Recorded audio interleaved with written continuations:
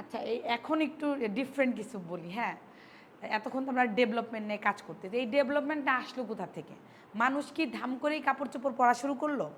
করলো না। Stone age থেকে মানুষজন, স্টোন এজ এটা একটা এরা, বুঝছেন? ওই যে ফারাও, তারপরে বিভিন্ন ধরনের যে এরা থাকে, স্টোন এজ হইলো মানে মানুষের সভ্যতার একটা এরা, মানে প্রথম স্টোন এজ থেকে মানুষ সভ্য জাতি হিসেবে কাপড় চোপড় পরা সম্পর্কে তারা অবগত হয়। দেখছেন তো স্টোন এজের মানুষজনের, এটা অনেক আগের একটা পেন্টিং। আমার কাছে আরেকটা ছবি ছিল, ওইটা একদম স্টোন এজেরই ছবি, কিন্তু একদমই বোঝা যায় না। ওইটা আমার বইয়ে আছে, ফ্যাশন হিস্ট্রি একটা বই আছে, ওই বইয়ের মধ্যে পাওয়া যায়, কিন্তু ওখানে ছবিগুলি খুবই অস্পষ্ট। তা আমি ওইটা রেফারেন্স থেকে নিয়েছি এই ছবিগুলি। যে আগের কাপড়গুলি দেখেন, শুধু মানুষের শরীর ঢাকার জন্য যেটুকু প্রয়োজন সেইটাই মানুষ পরতো। আর এখানে কোনো কিছুই আপনার সিজনিং করা না, যেমন আমরা চিন্তা করছি বাটনটাকে শেপ দিব, তা না। এখানে বিভিন্ন এই যে পশু পাখির যে লোম আছে ওগুলাকে কেটে জাস্ট পরে ফেলতো ওরা। এর জন্য এখানে দেখেন ওইভাবে করে শেপি জিনিসগুলি আসে নাই। এই দেখেন ওর এই একটা নিচা, এখানে উঁচা, মানে ও জাস্ট ওর প্রোটেক্ট করার জন্য, শীত এটা প্রোটেক্ট করার জন্য ওগুলো পরছে। আর 2 নাম্বার যেটা ব্যাপার, যে মানুষ কিন্তু প্রথমে যে কাপড় পরতে হবে, আমাকে দেখতে অড লাগতেছে এই চিন্তা করে কাপড় পরে নাই। প্রথম যেটা চিন্তা করছে, গরমের সময় গরম লাগতো, তখন তারা দেখা যেত কোনো রকম, কিন্তু শীতের সময় শীত লাগতো, বৃষ্টি হইলে গায়ে বৃষ্টি লাগতো, বা কোথাও হেঁটে যাচ্ছে গায়ে র্যাক চলে যেত, গুহা দেয়া করছে তার গায়ের মধ্যে। তো তার প্রয়োজনে সে মনে হতো, সে তো ব্যথা পাচ্ছে, সে তো প্রাণী, তখন তার মনে হয়েছে যে আমি যদি এটাকে র্যাপ্ট করে হাঁটি তাহলে তো আমার এরকম হবে না। তখন মানুষ এই জিনিসটাকে অ্যাডপ্ট করেছে যে না, আমি এখন নিজেকে সেভ করি। তো সেফ জোনে থাকার জন্য মানুষ জিনিসটাকে করেছে। আবার এই যে দেখেন এই জায়গায় যে ক্রসটা বাঁধছে, এটাও কিন্তু সে স্টাইলিংয়ের জন্য বাঁধে নাই, তার প্রয়োজন, কারণ এখানে তো জয়েন না হলে খুলে যাচ্ছে বারবার, সে হয়তো কোনো রকম করে প্যাচ দিয়ে বাঁধছে। তো মানুষের যে ক্রিয়েশন, এটাও কিন্তু ওয়ান কাইন্ড অফ ক্রিয়েশন, তখন সেই জিনিসটা প্রয়োজনে করেছে। আর আমরা এই জিনিসটা, এটাও কিন্তু অনেক বড় একটা তাদের যে মাথার থেকে আসছে, যে ম্যাটেরিয়ালটা সে নিয়েছে একটা প্রাণীর, বা প্যাপিরাস নামক গাছের ছাল থেকে প্রথম, ওটা মনে হয় আপনি জানেন যেহেতু ইয়ার নিয়ে কাজ করেছেন, প্যাপিরাস গাছের পাতা থেকে, গাছের ছাল থেকে হইলো প্রথম ইয়ান তৈরি হইতো, ওইটাকে ছেঁচে ছেঁচে এরকম, না এরকম হয়ে যাইতো, কলা গাছের যেরকম হয় না, তো প্যাপিরাসের যে ছাল ওইটাকে থেতলাইলে এরকম হয়ে যায়, ওইটা মানুষ পরতো, প্রথম কাপড় ওয়ারিং করতো প্যাপিরাস নামের যে তারপরে যেটা হইলো যে উনি যেটা বলল যে ফাইবার, তো ফাইবারের চিন্তা কিন্তু আপনি প্রথম করেন নাই। এই যে এইভাবে করে প্রথম, এইভাবে করে যে গাছ আমরা করি না, যে আমাদের যে ছনের যে বাড়ি হয়, এটা কিন্তু ছনের বাড়ির ওই স্টাইলিংয়ে করা, বুঝছেন? ওইভাবে করে করে নব করে করে করে করছে ওখান থেকে। আর এইটাতে হয়েছে কি, ধরেন সন একটার উপরে আরেকটা পড়বে, তার উপরে আরেকটা পড়বে, যখন পানি পড়বে একটার উপর দিয়ে পড়ে চলে যাবে, গায়ে যাবে না। তো এইখান থেকেই কিন্তু মানুষের এই আইডিয়াগুলি আসছে।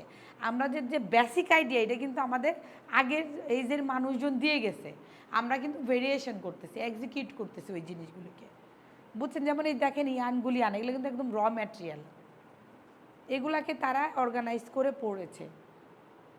সেই যে দেখেন এই যে ছালগুলিকে আলাদা আলাদা করে নিয়ে সে ইউজ করছে। তো আমরা যদি চিন্তা করি যে এইখানে দেখেন আমি কিছু অর্নামেন্টস রাখছি, আর এইটা হইলো একদমই ওই যে গাছেরই থেকে বা চামড়া থেকে করে দেখেন, বোঝা যাচ্ছে এখানে এক এক জায়গায় এক এক রকমের টেক্সচার আসছে। তো এইটা হইলো কি হয়েছে, এইটা কিন্তু এমন ছিল না, এটা অনেক দিন পড়তে পড়তে এই জিনিসের এই অবস্থা হয়ে গেছে। ফ্রেড বলেন, আমরা যেটাকে এখন ডেনিমে গ্রেন্ডিং করি, ফ্রেড করি, তো এই জিনিসগুলিও বহুত আগের থেকেই একটা জিনিস অনেক ইউজ করতে করতে এরকম হবে। বাসায় দেখবেন না যে লেদারের ব্যাগ অনেক দিন ইউজ করলে একটু হয়, যে দেখেন আমার লেদারের ব্যাগটাও একটু কেমন জানি অ্যান্টিক লুকস এসে পড়ছে, শাইন কম আর কি। তো এটা একটা অ্যান্টিক বলে, যে এটাও কিন্তু one kind of looks. Looks কেমন বলি, যে ধরেন কিছু কিছু মানুষ আছে চুমকিওয়ালা জিনিস পছন্দ করে, ঝকঝকা চকচকা পছন্দ করে, আবার কিছু কিছু মানুষ দেখবেন যে মাইল্ড সফট ছেলেদের মধ্যেও আছে, দেখবেন অনেক ছেলেরা আছে আপনি দেখলেই ভাবেন যে আল্লাহ এই শার্টটা সে কীভাবে পরলো। আমি বলে জীবন আমার লাখ টাকা দিলেও আমি এই শার্ট পরবো না। এই যে ক্লায়েন্ট মানে এক একজনের এক এক চয়েস। তো এইটা দেখা গেছে এটা অ্যান্টিক লুক চলে আসছে, এটাও কিন্তু এটা ওয়ান কাইন্ড অফ লুকস, মানে এইটার থেকেও আপনি ইন্সপায়ার্ড হইতে পারেন যে আমি আসলে এই স্টোন এজের মানুষের যে কাপড় চোপড় ছিল, কাপড় ছিল কি একটু অফ টোনে ছিল, ডাই করা ছিল, তাদের কাপড় চোপড় একটু ফ্রেড, তো আমি ফ্রেড টাইপের লুকস নিয়ে কাজ করব, যেটাও অনেক ক্লায়েন্ট আছে পরে।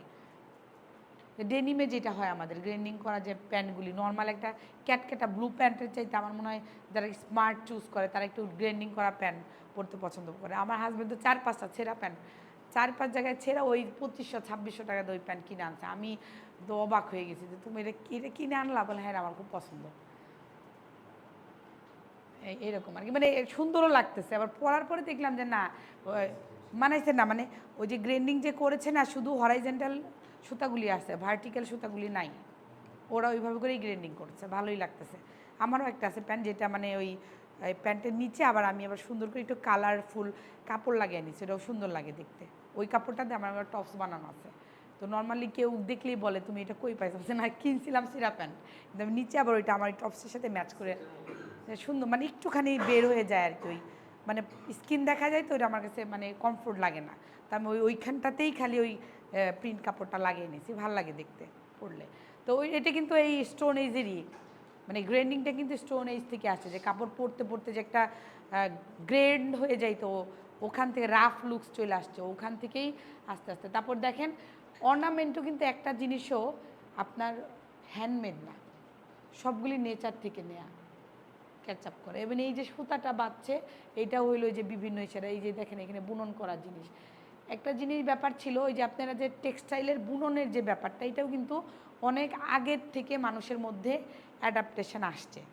বুনন আমরা এখন এটাকে কী করছি বিভিন্ন ওয়েতে যাচ্ছি, কিন্তু বাইরে আগের যে বুননগুলো ওগুলো কিন্তু অনেক ইন্টারেস্টিং ছিল, ওখান থেকেই আমাদের এই আমাদের নর্মাল টেক্সটাইল চলে আসছে। টেক্সটাইলে আমরা অনেক ইজি প্রসেসে গেছি, কিন্তু আগের টেকনিকগুলি অনেক সুন্দর ছিল। জ্যাকার্ডের যে বুনন ওইটা কিন্তু অনেক সুন্দর, তাই না, বেনি বেনি বেনি বেনি হয়ে যায়, আর ওয়ান আপ ওয়ান ডাউন একটা নর্মাল, কিন্তু এখন দেখবেন যে জ্যাকার্ডের যায় ওইটাকে ভেরিয়েশনে যাইতে নিলে কিন্তু সবাই করতে চায় না। তারপরে যে বিভিন্ন মুজি আগে যেটা পাওয়া যাইতো এখন হয় না, লোকালে আগে মুজিওয়ালা কাপড় পাওয়া যেত, মুজি বুঝছেন তো, কাপড়ের দুই সাইডে যে থাকে না মোটা একটা পার্ট, আগেকার সময়ে যখন এই যে কাপড় বিক্রি হইতো লাল মনে করেন ধুতি কাপড় বিক্রি হইতো, তাদের সাইডে একটা চিকন কালার দিয়ে মুজি হইতো, যেটা একটু এক্সপেন্সিভ, এখন হয় না। শাড়ির পার আগেকার যুগে যে শাড়ি হইতো আমাদের পার কেটে কেটেই নাকি হইতো, আমি দেখছি আমাদের বাড়িতেও আছে, আমার শ্বশুর বাড়িতেও দেখেছি যে ওই পার কেটে আপনার কাঁথা বানিয়ে ফেলতো, তাইলে পাড়টা কত সুন্দর হইতো বুঝেন, ইভেন ওইটা অনেক হইতো মজবুত হইতো, পাড়ের সুতা দিয়ে আবার কাঁথার কাজও হইতো, কিন্তু এখন কিন্তু আমাদের সুতার ওই স্ট্যাবিলিটিটা নাই। আগেকার যুগের যে জিনিসগুলি দেখেন এগুলো সবগুলির মধ্যে একটা র জিনিস আছে, তো এই জিনিসগুলি কিন্তু আমরা এই মালা যে আমরা পড়ি এর চেয়ে অন্য কিছু করি এমনই তো, তাহলে দেখেন আমরা কিন্তু আমাদের সভ্যতার শুরুর থেকেই আমাদের বেসিক জিনিসটা আমরা মানুষ অ্যাডপ্ট করছি, তার মানে কি আমাদের অ্যাডপ্টেশনটা আরও হাইলি হইতে হবে, অন্যরকম হইতে হবে, এই হলো আমাদের ডিজাইনারের কাজ, যেইটা তো আমাদের ডেভেলপ করাই আছে। তা আমি কি করব যে জিনিসটা একদমই ইন্ডিভিজুয়াল আলাদা, যেটা থেকে একটা একদম নতুন কোনো কিছু ক্রিয়েট হবে, এটাই হলো ডিজাইনারের কাজ, যে আমি একদমই একটা নতুন কিছু ডেভেলপ করব আগের অ্যাডাপ্টেশনটাকে ঠিক রেখে, নাহলে তো মানুষ আবার নিবে না। আপনি মনে করেন ক্যাপ, ক্যাপ তো আপনার ক্যান পরবেন আপনার মাথার মুখটা ঢাকার জন্য, এটা তো আপনাকে টেকনিকটা সামনের দিকে হইতে হবে, পেছনে দিলে তো হবে না। তো সেম থিং যে আপনাকে টেকনিকটা ঠিক রেখে স্বাচ্ছন্দ্যটা বোধ রেখে কিন্তু ডিফারেন্টে যাইতে হবে, ভেরিয়েশনে যাইতে হবে।